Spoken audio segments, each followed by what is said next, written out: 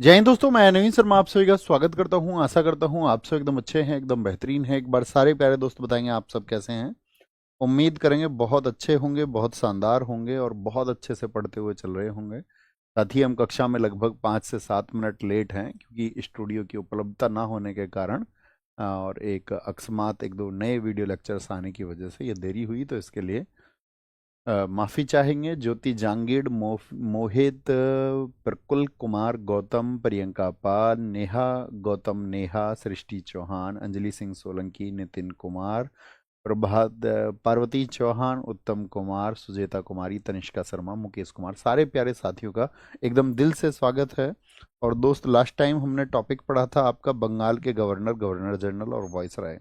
और वहीं पर साथी हमारा आज का टारगेट होगा 1857 की क्रांति, जो आपका पीजेंट रिवॉल्ट हुआ। किसानों ने आपका अंग्रेजी शासन से क्षुब्ध होकर के, उससे परेशान होकर के जो रिवॉल्यूशन किए, उसमें क्या क्या इंपॉर्टेंट है और आपका हमारा आज का टारगेट क्या रहेगा। एक बार थम्स अप करिए, आप टारगेट को समझते हैं ना, कि हमको इन टॉपिक्स को बहुत कम टाइम में पढ़ना होता है। यानी कि कम टाइम में हमको ज़्यादा चीज़ों को पढ़ना है, यही हमारा टारगेट बैच है, जिसमें कि हम आपको गाइड करें कि क्या महत्वपूर्ण चीज़ें हैं और कौन सी चीज़ें एस्केपेबल हैं जिनसे आपको बचना है। तो कंटिन्यू करें आज की क्लास को। ओके बॉस, तो शुरू करते हैं 1857। 1857 हम इसको नाम क्यों दे रहे हैं, क्योंकि आप सबको पता होना चाहिए 1857 में एक क्रांति जन्मी थी। और कोई भी क्रांति एकदम से जन्म नहीं लेती, उसके पहले कुछ कारण होते हैं। कुछ कारण होते हैं जो कि असंतोष की वजह बनते हैं, कुछ कारण होते हैं साथ ही जो नाराजगी के कारण बनते हैं। और जब वो बढ़ती चली जाती है, जब वह असंतोष बढ़ता चला जाता है, तो वह एक यूनाइट फॉर्म आपका धारण कर लेता है, एक इकट्ठा एक रूप धारण कर लेता है और क्रांति के रूप में एक विस्फोट होता है। ओके, 1857 से पूर्व ब्रिटिश आपका साम्राज्य के विरुद्ध जो जनसंतोष हुआ, उसकी बात करते हैं। विपिन चंद्रा के अनुसार जो जन असंतोष है उसको 3 भागों में बांटा जाता है। बहुत अच्छा क्वेश्चन पूछता है कि जो आपका जितना भी डिस्कंटेंट हुआ, पब्लिक डिस्कंटेंट हुआ, उसको हम कितने पार्ट्स में डिवाइड कर सकते हैं। 3 पार्ट में, ठीक है, लेकिन देखेंगे। बोल, बहुत बढ़िया। क्या बोलेंगे? पहला, नागरिकों ने जो किया, जनजातियों ने जो किया। देखिए, नागरिक तो सामान्य नागरिक हम और तुम हो गए। एक होता है जो ट्राइबल एरिया में लोग रहते हैं, और एक हमारे जो किसान हैं, इन्होंने जो विद्रोह किया। तो 3 तरह के विद्रोह हुए। नागरिक विद्रोह को हम पढ़ते हैं प्रमुख साथी आपका। जो नागरिक विद्रोह हुआ, तीनों बांटा ना, तो सिविल रेवेलियन जो है आपका। तो सिविल रेवेलियन में क्या क्या आया आपका, वो देखिए ध्यान से। तो सिविल रेवेलियन में आता है एक सन्यासी विद्रोह। यानी कि देखिए, जो हमारे सन्यासी लोग हैं, फकीर लोग हैं, संत लोग हैं, क्या उनको हम किसानों में नहीं रख सकते? उनको हम जनजातियों में नहीं रख सकते, तो उनको हम सामान्य नागरिक में रखते हैं। तो ये जो सन्यासी विद्रोह हुआ, ये कब हुआ था, इनका ईयर याद रखना है आपको।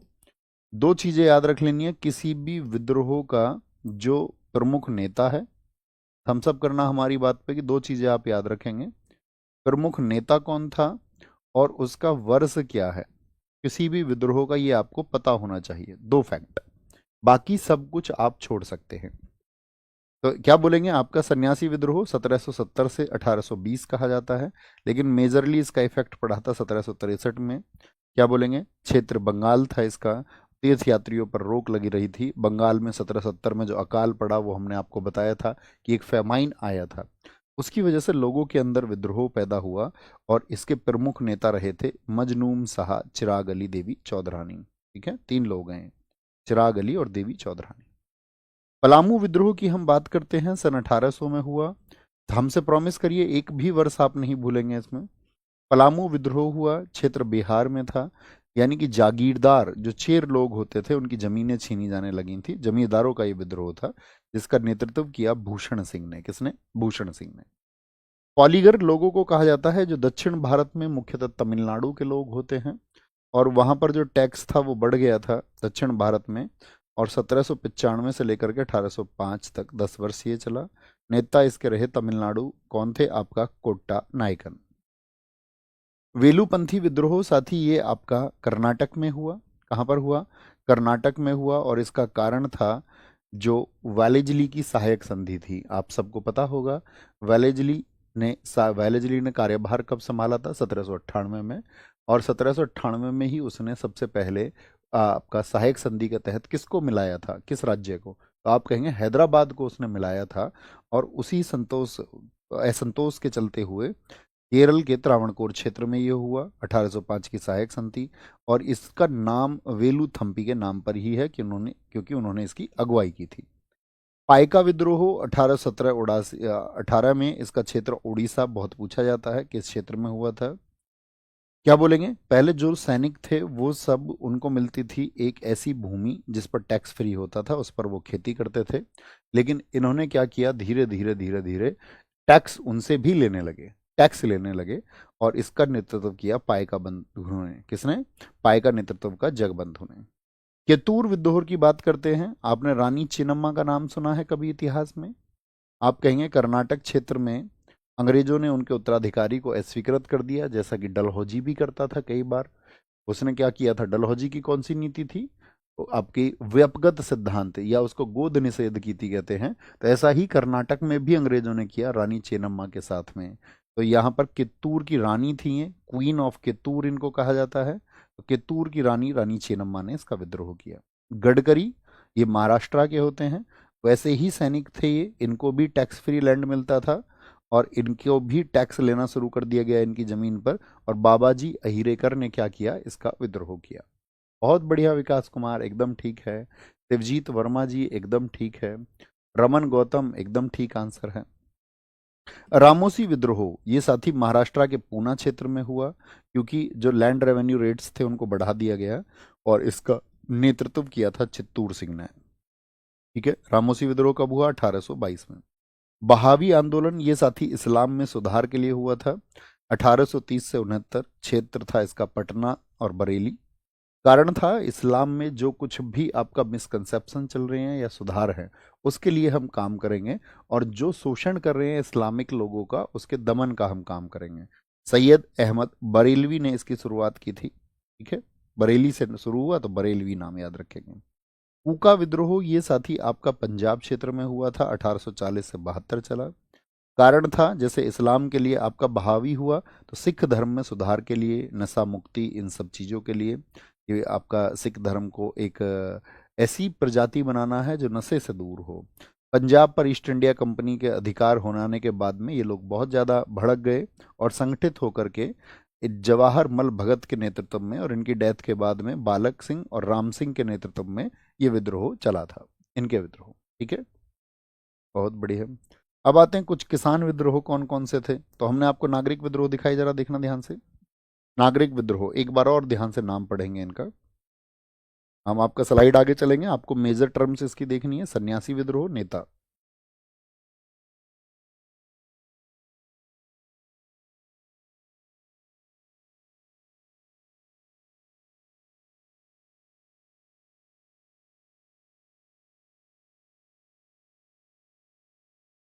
देख रहे हैं ना? ध्यान से देखते चलिए सबको, नाम को और वर्ष को, नेतृत्व करने वाला।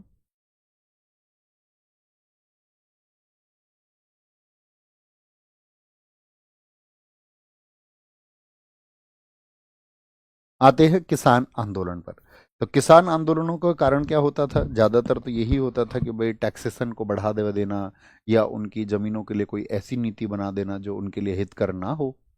ठीक है, तो पागलपंथी विद्रोह ये साथी आपका हुआ 1813 में। और कारण क्या रहा? बंगाल में अधिक कर हो जाने के कारण नेतृत्व किया करम शाह और टीपू मीर ने। ऐसा कोई आंदोलन नहीं है जिसके नेतृत्व करता एसएससी ने या बाकी परीक्षाओं ने ना पूछे हों, हमेशा पूछा जाता है। फिर भी हम इसमें एक महत्वपूर्ण आपको मार्क करेंगे किस किस को आपको प्रायोरिटी पर रखना है। फराइजी विद्रोह हुआ 1818 1819 तक। इस्लाम में सुधार के लिए जिस तरह से बहावी चला था, इन्होंने साथ ही आपका सरियतुल्लाह के नेतृत्व में इसको चलाया, सरियतुल्लाह के नेतृत्व। अहोम विद्रोह, क्योंकि असम का पुराना नाम यही है। आंगल बर्मा युद्ध के बाद में अंग्रेज पीछे नहीं हट रहे थे, नेतृत्व किया किसने? आपका गोमधर कुंवर ने। मोपला विद्रोह साथी ये प्रथम चरण में प्रथम चरण इसका 1836 में शुरू हुआ था। 22 विद्रोह हुए थे इसमें, और ये मालाबार क्षेत्र में हुआ था। एक हुआ था 1921 में, 1921 में। कारण क्या था? जो रेवेन्यू रेट्स थे उनको बढ़ा दिया गया था। नेतृत्व इसमें कोई एक व्यक्ति नहीं था, भीड़ थी। नील विद्रोह बहुत महत्वपूर्ण मार्क करना साथी इसको, एसएससी का फेवरेट क्वेश्चन है। क्षेत्र कौन सा था? नील की खेती होती थी बंगाल में। कारण था ददनी प्रथा के खिलाफ में। प्रथम सफल किसान आंदोलन जिसका विद्रोह का जिक्र नील दर्पण पुस्तक में दीनबंधु मित्र ने किया था। ये पुस्तक हमने आपको पुस्तक और लेखन में बताई थी, ठीक है। नील आयोग का गठन कब किया गया था इस आंदोलन के खिलाफ? 1860 में। पाबना विद्रोह बंगाल का है, लगान दर बढ़ गई, ईशान चंद्र रॉय ने इसके खिलाफ में नेतृत्व किया 1873 से 76। तेभागा आंदोलन, ये साथी यहाँ पर आपका अकाल पड़ गया था, इन दिनों भारत की आज़ादी का समय था। क्षेत्र था त्रिपुरा बंगाल। फ्लाइड कमीशन एक नियुक्त हुआ था, उसने अपनी सिफारिशें लागू की कि लोगों को जो है आपका यहाँ पर राहतें मिलनी चाहिए, और किसान को क्या बोलेंगे, आपका 2/3 हिस्सा, और जो जमीन का मालिक है उसको 1/3 रेवेन्यू मिलना चाहिए, यानी 1/3 भू मालिक ले और किसान 2/3 हिस्सा प्राप्त करें। लेकिन ऐसा नहीं हुआ, तो उसके खिलाफ भी एक नेतृत्व हुआ कंपाराम सिंह और भवन सिंह के नेतृत्व में। ईका आंदोलन, ये यूपी में, पहले यूपी का पुराना नाम क्या था? संयुक्त प्रांत। क्या बोलेंगे? संयुक्त प्रांत, यानी कि शुरुआत से क्या बोलेंगे, इसका नाम था आपका संयुक्त प्रांत, यानी कि United province, United province. Sir विद्रोह का नाम कैसे दिया जाता था? विद्रोह का नाम जर्नली जो भी नाम कभी चर्चित हो जाता है किसी भी आंदोलन में, वही उस आंदोलन का नाम हो जाता है दोस्त, ठीक है। या तो कभी नेतृत्वकर्ता के नाम पर उसको दे देते हैं।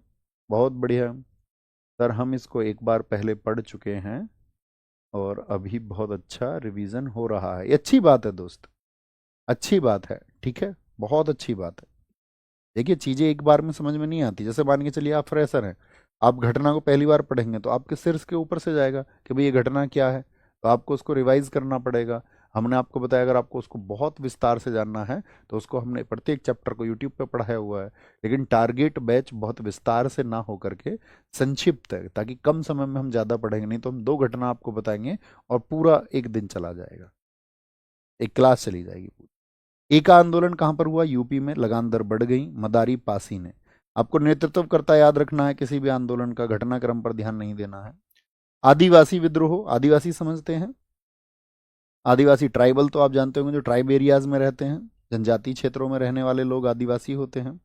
तो चुआर का विद्रोह 2 फेसेस में हुआ आपका, 1766 से 72, 1795 से 1816। वही थी बात, नेतृत्व किस लिए हुआ? भू राजस्व बढ़ गया।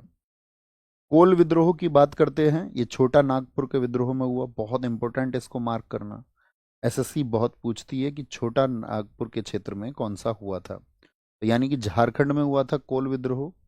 और बाहर क्या था, बाहरी लोग आकर के यहाँ जमीनों पर अपना अधिकार जमाने लगे और उनको ट्रांसफर होने लगी थी जमीनें। तो इसका नेतृत्व किया बुद्धो भगत ने। किसने? बुद्धो भगत ने।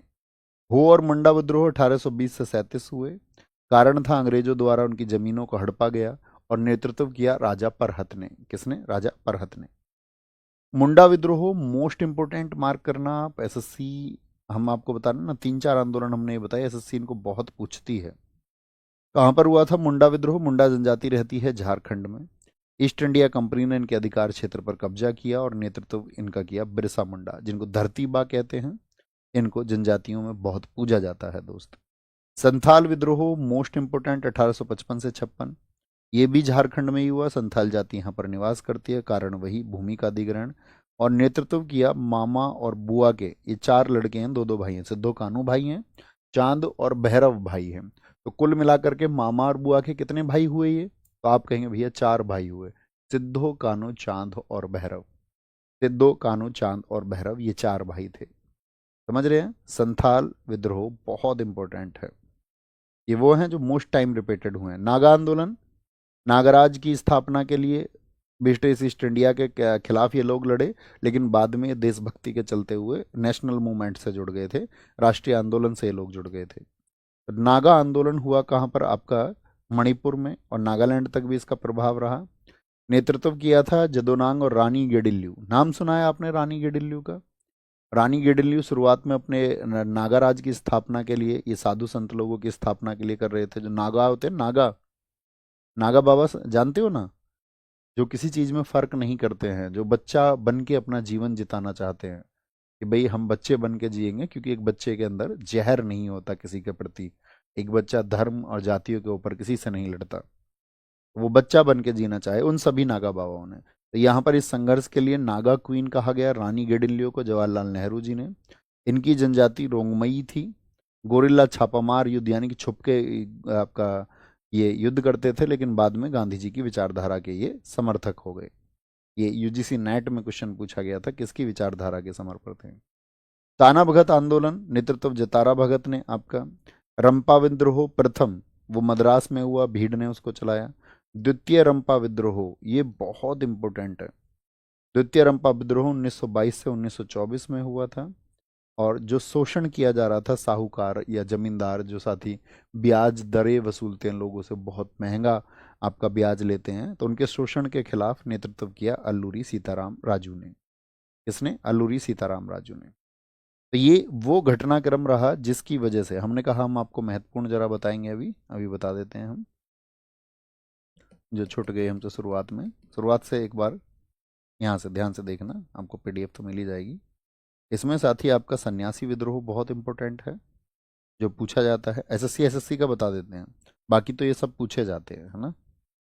वेलुथम्पी बहुत इंपॉर्टेंट है, वेलुथम्पी। पाइका विद्रोह महत्वपूर्ण है, पाइका विद्रोह।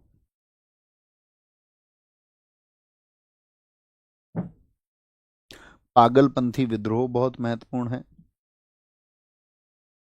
बोलो भैया, फाइनल रिवीजन के टाइम पर हम इनको प्रायोरिटी पर रखेंगे एकदम से, ये हमने आपको बता ही दिया है।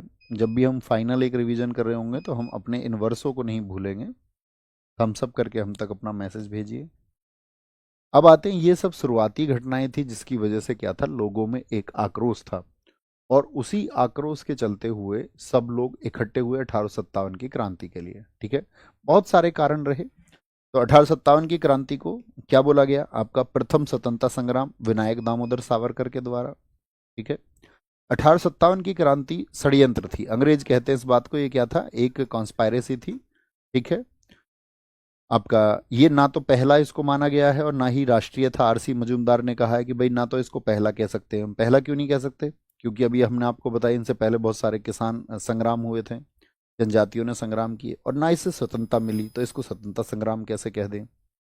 अंग्रेजों ने इसको बोला कि ये तो धर्म के अंधे लोग जो हैं, हम हिंदुओं को बोलता है, हम इस देश के नागरिकों को हिंदू मुसलमान इन सबको कहते हैं, ये सब धर्म के अंधे हैं, और धर्म के अंधों और ईसाइयत के बीच ये संघर्ष था, एक अंग्रेजों से लड़ रहे थे। टीआर होम से एक अंग्रेज है, वो कहता है ये सभ्यता और बर्बरता के बीच संघर्ष है, यानी खुद को सभ्य बता रहे थे अंग्रेज, और हमको बता रहे थे हम असभ्य जाति हैं।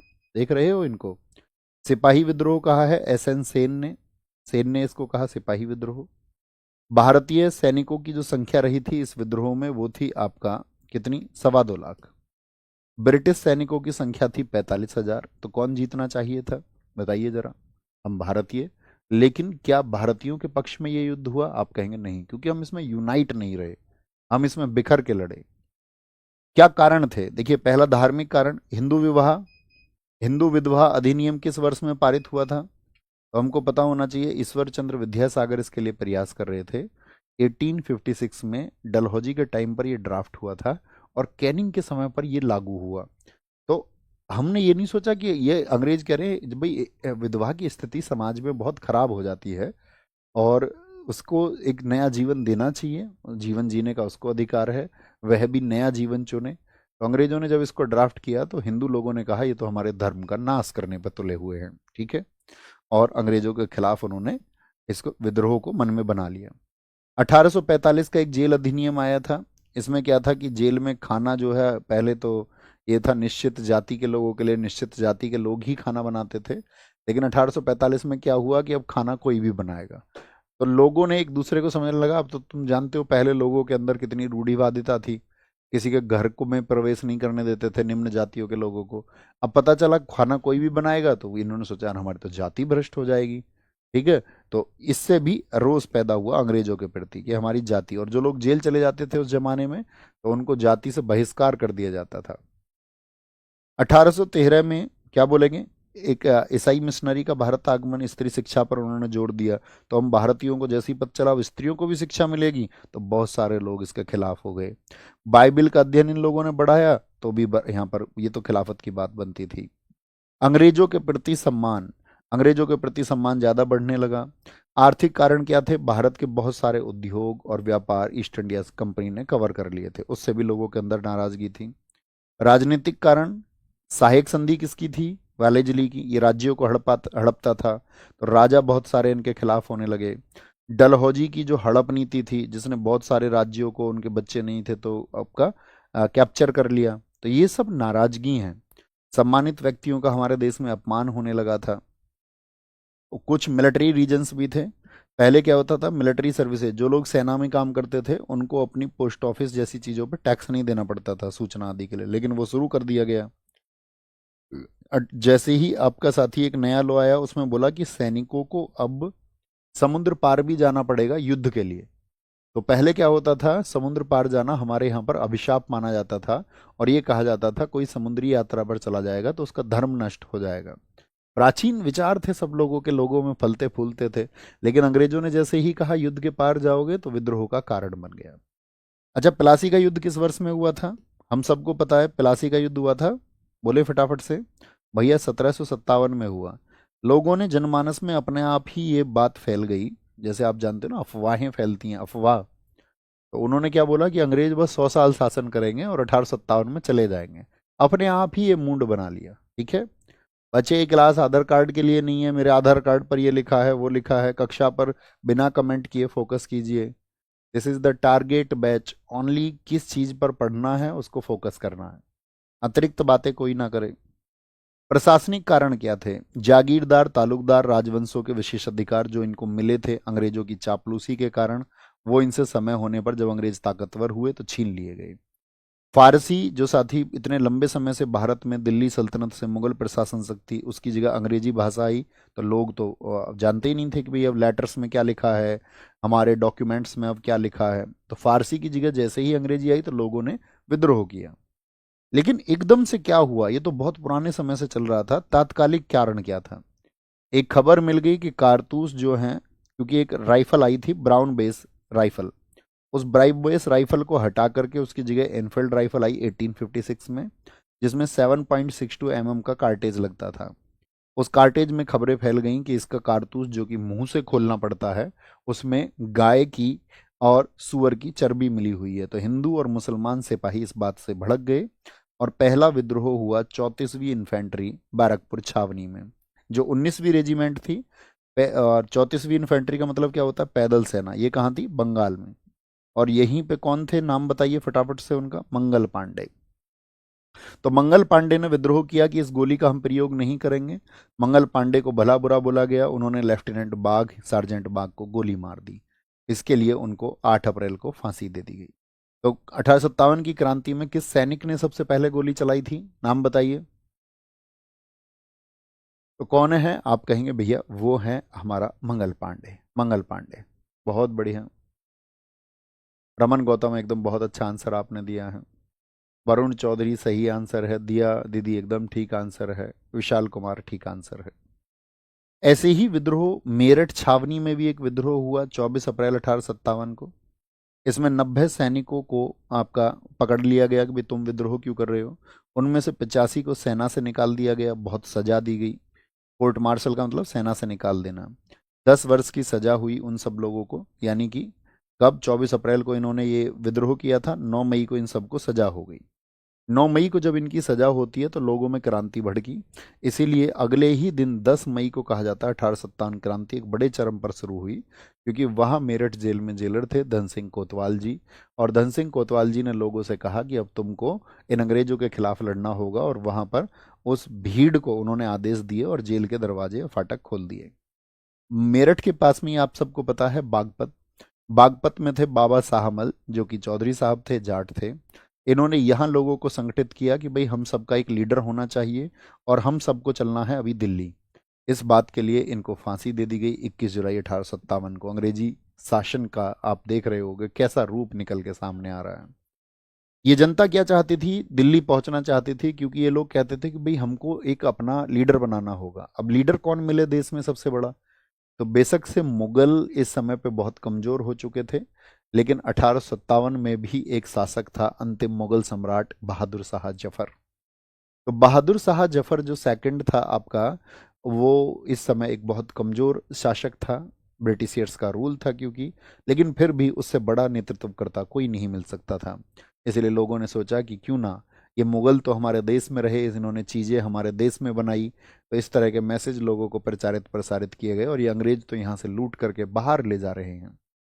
तो इसके बाद क्या हुआ कि वो जनता 11 मई 1857 को दिल्ली पहुंची। बहादुर शाह जफर द्वितीय को सम्राट घोषित कर दिया भीड़ ने। लेकिन बहादुर शाह की तरफ से, क्योंकि ये बुजुर्ग शासक थे, वास्तविक नेतृत्व जो किया इनके कमांडर थे जो पहले ईस्ट इंडिया कंपनी में काम करते थे, बख्त खान ने किया। दिल्ली में राव उमराव सिंह जी को फांसी दी गई। आपका ये भी राव उमराव सिंह गुजर, ये आपका मतलब दिल्ली के समीप में ही गौतम बुद्ध नगर वर्तमान में जिला है, वहाँ दादरी क्षेत्र के एक गांव कठेड़ा से निवासी हैं। तो क्या बोलेंगे, इनको भी फांसी दे दी गई। ठीक है, हैंग कर दिया गया ब्रिटिश सरकार के विरोध में, क्योंकि लोगों को इकट्ठा कर रहे थे, आपका स्थानीय लोगों को, बहुत सारे लोगों को यहाँ पर फांसी दी गई। अब दिल्ली में जब भीड़ इकट्ठी होने लगी तो अंग्रेज कमांडर को जो आपका जिम्मेदारी दी गई, जिसका नाम था निकोलसन और हडसन। इसमें हालांकि हडसन मारा गया। बहादुर शाह जफर हुमायूं के मकबरे में छुप गया, वहां से उसको पकड़ लिया गया कि तुम नेता बन रहे हो ज़्यादा। कहते हैं यहाँ पर बहादुर शाह जफर द्वितीय को बहुत बदतमीजी के साथ में खचेड़ा गया। यहाँ से उसको रंगून भेज दिया। रंगून किस देश में है? बर्मा में। और फिर कैद रखा वहीं पर, और 1862 में वहीं डेथ हो गई। ठीक है। लखनऊ, अवध में ऐसे ही जगह जगह पर आपका विद्रोह हुए। लखनऊ में ध्यान से देखना, लखनऊ में कौन थी? अब इनके नेतृत्वकर्ता मत भूलना, बेगम हजरत महल, जिनको हम महकपरी के नाम से जानते हैं, महकपरी। दमन किया कैम्पबेल गोरखा रेजिमेंट ने। कैम्पबेल था आपका, इसको भेजा गया यहाँ पर इसको दबाने के लिए। झांसी में कौन थी? रानी लक्ष्मीबाई, सब जानते हैं। दमनकर्ता कौन था? ह्यूरोज था। रानी लक्ष्मीबाई जी का जन्म वाराणसी में हुआ था।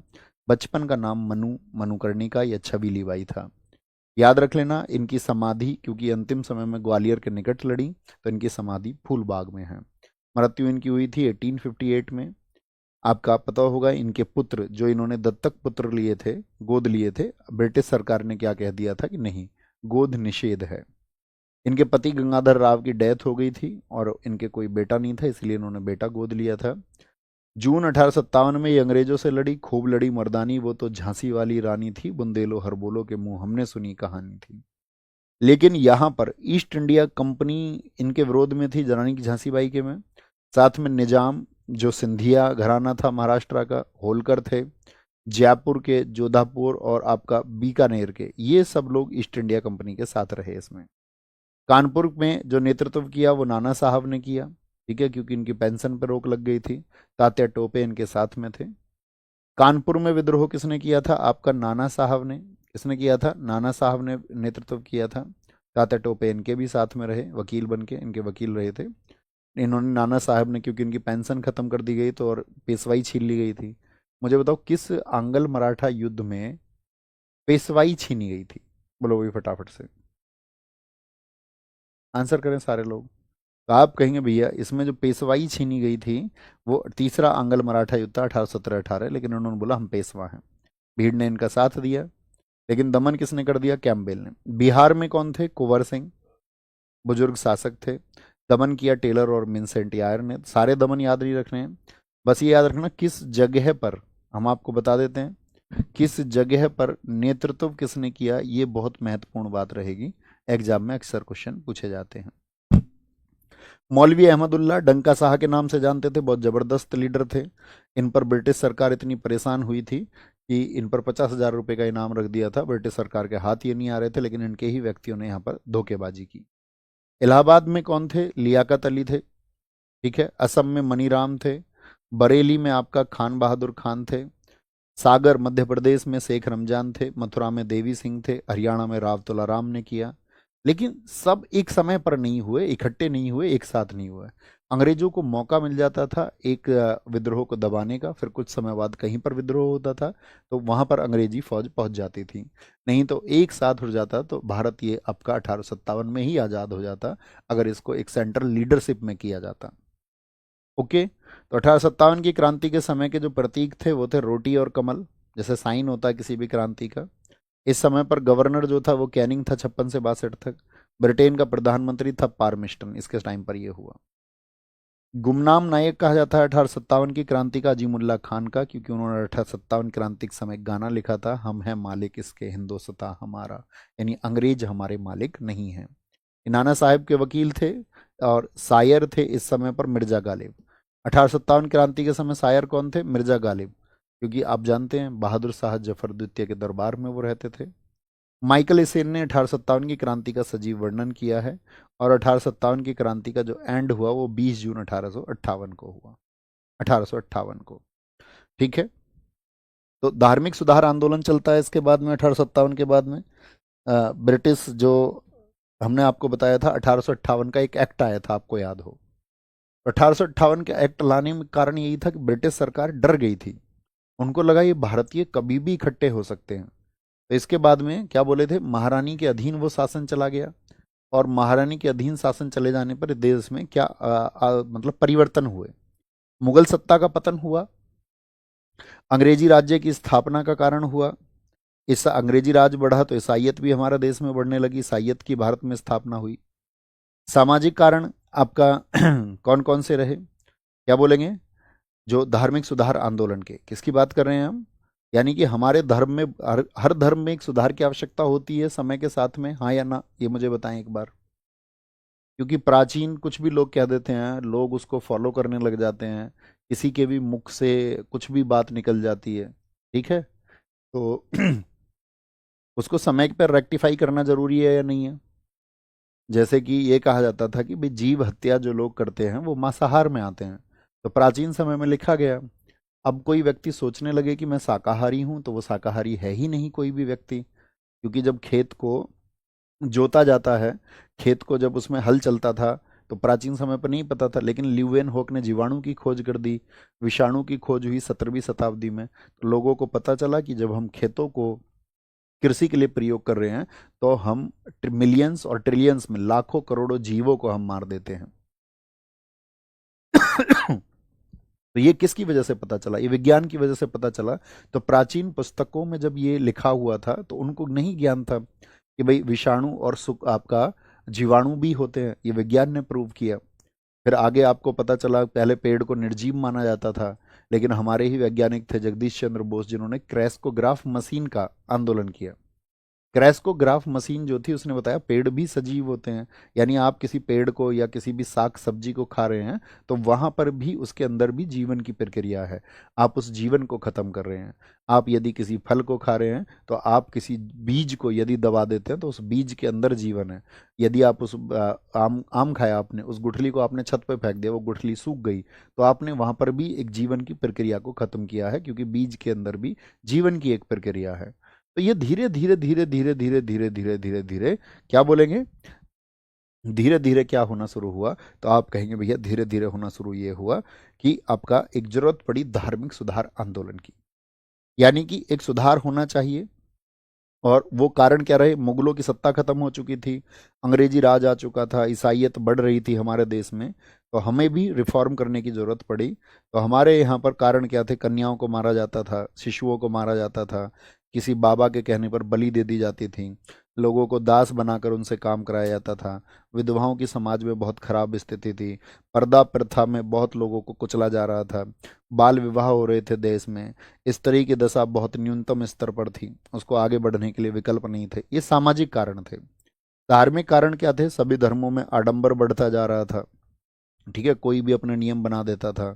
अंधविश्वास बहुत बढ़ता जा रहा था कि बाबा के हाथ में ही सारी शक्ति है, लोग पुरुषार्थ पर विश्वास नहीं कर रहे थे, लोग आपका अपनी योजनाओं पर विश्वास नहीं रख रहे थे। ठीक है, पुरोहितवाद और मौलवीवाद और पोपवाद देश में बहुत बढ़ गया। तो पोप कुछ कह रहे थे, मौलवी कुछ कह रहे थे, पुरोहित कुछ कह रहे थे, कर्म कांडों के नाम पर लोगों के पास धन लूटा जा रहा था। तो ये धार्मिक कारण हुए जिन्होंने धार्मिक सुधार की जगह दी।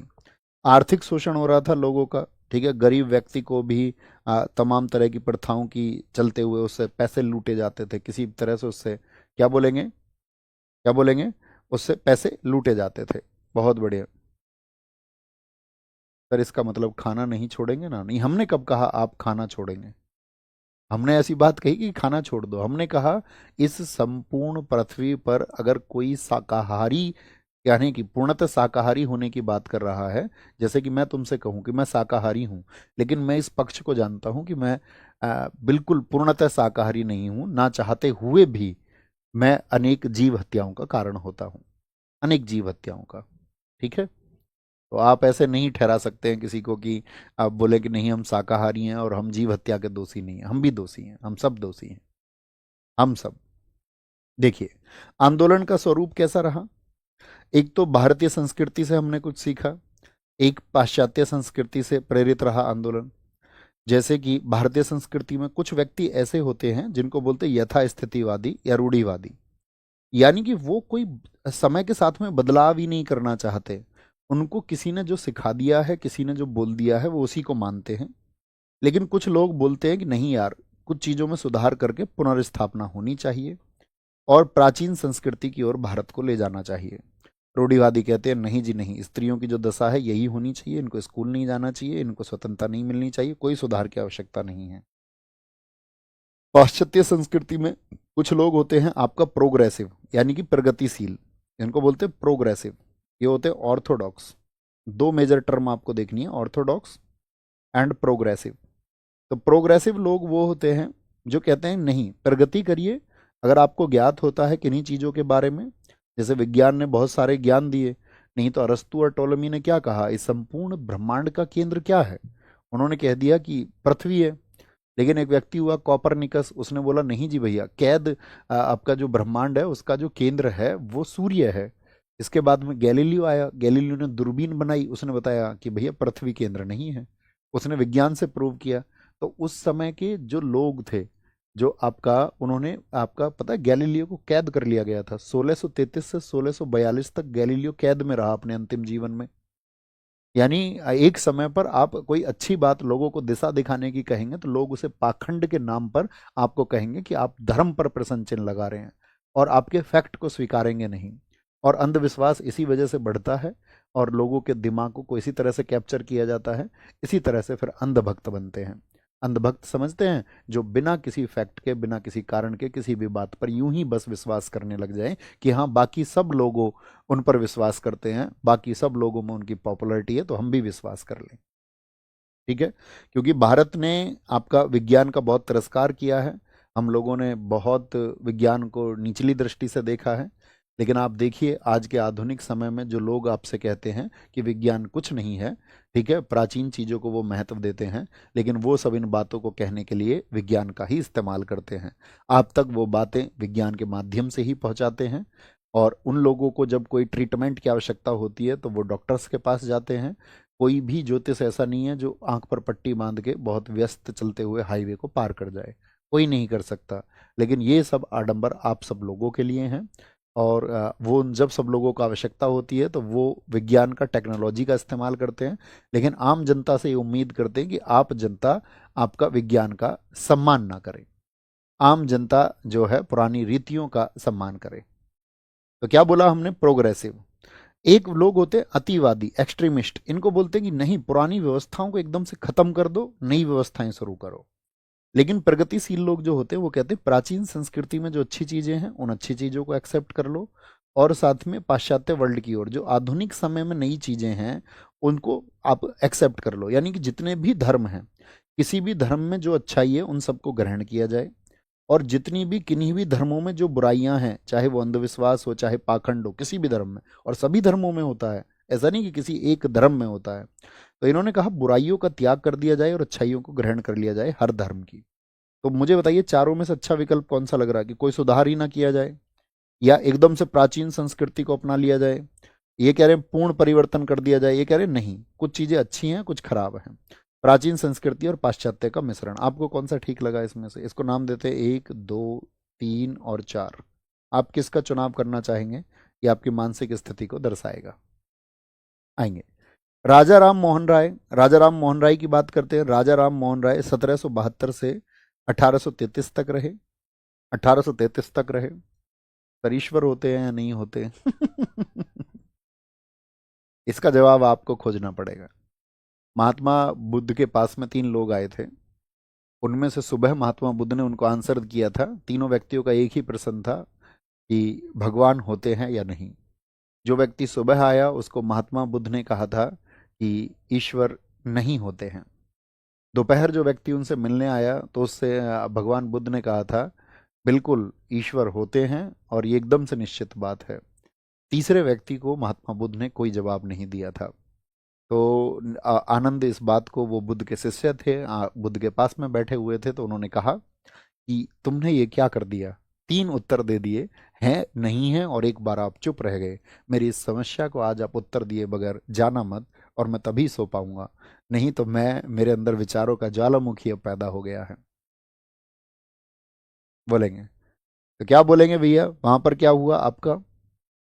तो महात्मा बुद्ध ने जवाब दिया कि एक व्यक्ति जो सुबह मेरे पास आया, वो मानता था कि ईश्वर हैं, तो उसकी विचारधारा को डगमगाना जरूरी था ताकि वो सवाल करे। वो मान के ही बैठ गया था, उसके अंदर अब जागृति नहीं बची थी, उसको खुद के ऊपर अपनी घटनाओं पर ये जिक्र करे वो, या प्रकाश डाले। इसीलिए मैंने कहा कि ईश्वर आपका नहीं है। एक व्यक्ति जो ये मान के बैठ गया था ईश्वर है ही नहीं, उसके भी विचारों में एक आंदोलन पैदा करना जरूरी था। इसीलिए क्या बोलेंगे, इसीलिए उसके अंदर भी एक प्रवाह मैंने पैदा किया कि ईश्वर हैं, निश्चित हैं, वह विचार करेगा। तीसरा व्यक्ति जो मेरे पास में आया था, वह खोज में लगा हुआ था। खोज में लगा हुआ था इन द सेंस, वो है और नहीं दोनों बातों को देखता था और उन पर रिसर्च कर रहा था। उसकी बातचीत से मुझे महसूस हो गया था कि यह खोज रहा है, और जो खोज रहा है वह खोज लेगा। इसलिए वह मूक रहे, उसका उत्तर देने की आवश्यकता नहीं रही। ठीक है, बताएं जी। राजा राम मोहन राय बहुत भारत में साथी एक धर्म सुधार आंदोलन के लिए जाने जाते हैं। इनका जन्म हुआ था 1772 में, और मृत्यु इनकी हुई थी 1833 में।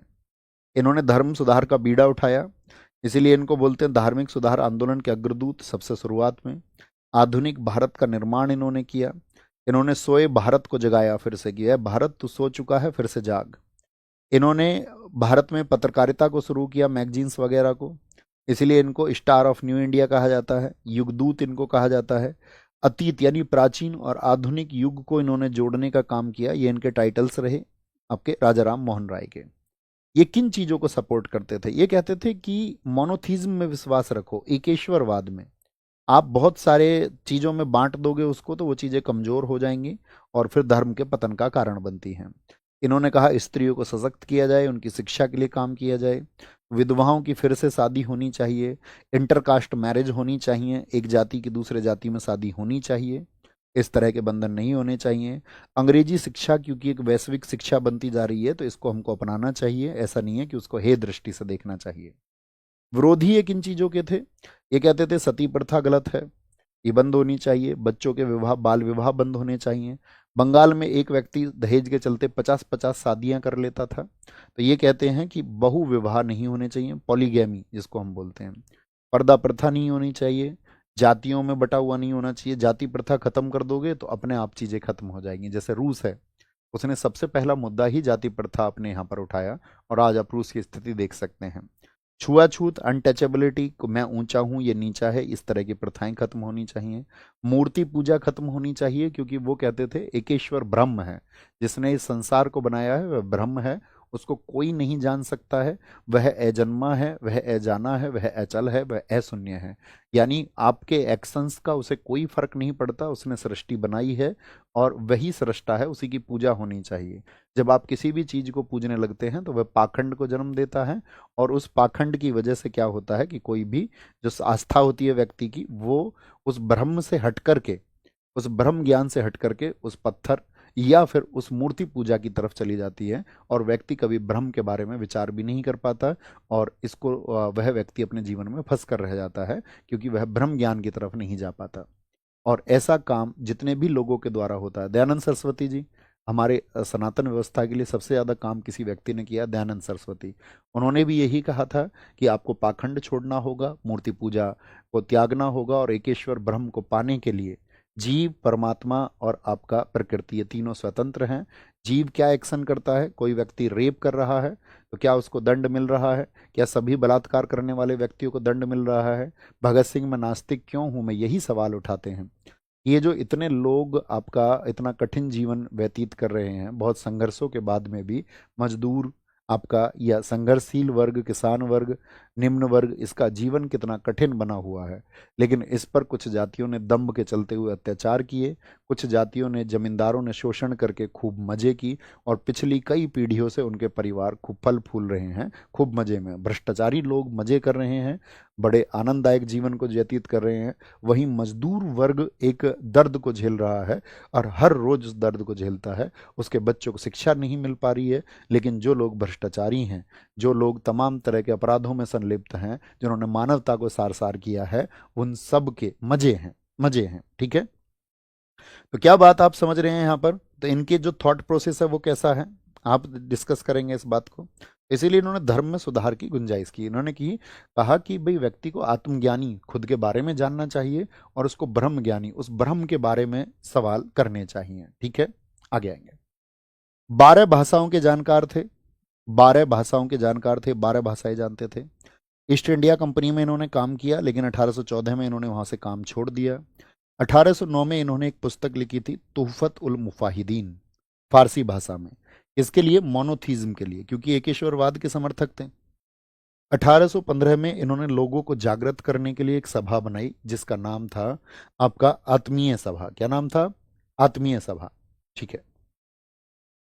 1817 में हिंदू कॉलेज प्रेसिडेंसी की इन्होंने स्थापना की, और कलकत्ता में ये संस्थापक रहे आपका डेविड हेयर, जो हिंदू कॉलेज बना कलकत्ता में।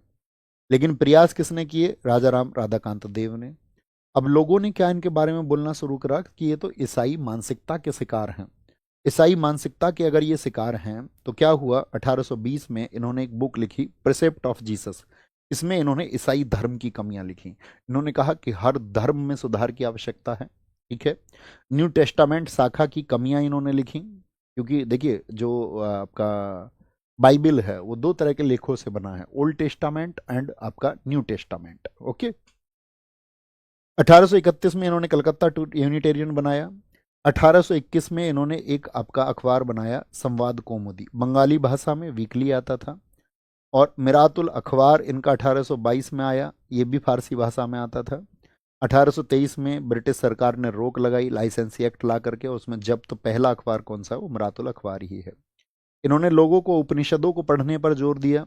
उपनिषदों का बंगाली अनुवाद इन्होंने कराया, क्योंकि उपनिषद आपका आपके ज्ञान का सही साधन है। आप उनके द्वारा बहुत ज्ञान प्राप्त कर सकते हैं। जैसे कि कई साथियों का मैं अभी समय इसमें कमेंट सेक्शन में प्रश्न देख रहा हूं, तो मैं आप सबसे कहूंगा, यदि इस प्रश्न का उत्तर आप चाहते हैं तो आप केन उपनिषद को सुनिए। देखिए, उपनिषद और हम पढ़ना नहीं चाहते, इसीलिए आपका कोई मूर्ख बना देता, वेदों के नाम पर, वेदांग के नाम पर, रामायण महाभारत के नाम पर, उपनिषद के नाम पर आपका मूर्ख कोई इसीलिए बना देता है क्योंकि आप उनको पढ़ना नहीं चाहते। जबकि 108 उपनिषद ऐसे हैं कि आप एक दिन में एक उपनिषद को पढ़ सकते हैं। कुछ उपनिषद तो ऐसे हैं, एक दिन में भी मैं कह रहा हूँ कि एक सीमित समय निकाल के, आधा घंटा 15 मिनट में आप एक उपनिषद को पढ़ लेंगे। वैधारण्यक उपनिषद या दो चार उपनिषदों को और छोड़ दे, जो थोड़े बड़े हैं, उनको शायद 2-3 दिन में पढ़ पाए। नहीं तो कुछ उपनिषद हमारे देश हमारे ऐसे हैं जिनको आप 20 मिनट 25 मिनट में पढ़ सकते हैं, है ना। आप सोते वक्त भी 5 मिनट में कोई उपनिषद सुन सकते हैं। एजिटिज होना चाहिए, वो किसी व्यक्ति का फॉर्मेशन नहीं होना चाहिए, है ना। पता चले कि कुछ और तो उसने अपने हिसाब से फेरबदल कर लिया। आप पढ़ना नहीं चाहते, आपको लगता है वेद बहुत बड़ी चीज होंगी। मैं कह रहा हूँ आप 1 महीने बैठ के पढ़ोगे, आप सारे वेद पढ़ लोगे। लेकिन पढ़े कौन? तो अब उसको मूर्ख कैसे बनाएंगे? आप जो जिसने उसको पढ़ रखा है उसको मूर्ख नहीं बना सकते ना किसी एक नाम पे। वो सवाल करेगा, वो पूछेगा फिर उस व्यवस्था को। केन उपनिषद सुनिए, उसमें ब्रह्म को बताया गया कि ब्रह्म क्या है। ब्रह्म वह है जिसको देवता भी ना जान सके। केन उपनिषद इस बात को बताता है, जिसको देवता भी ना जान सके। आप समझ रहे हैं?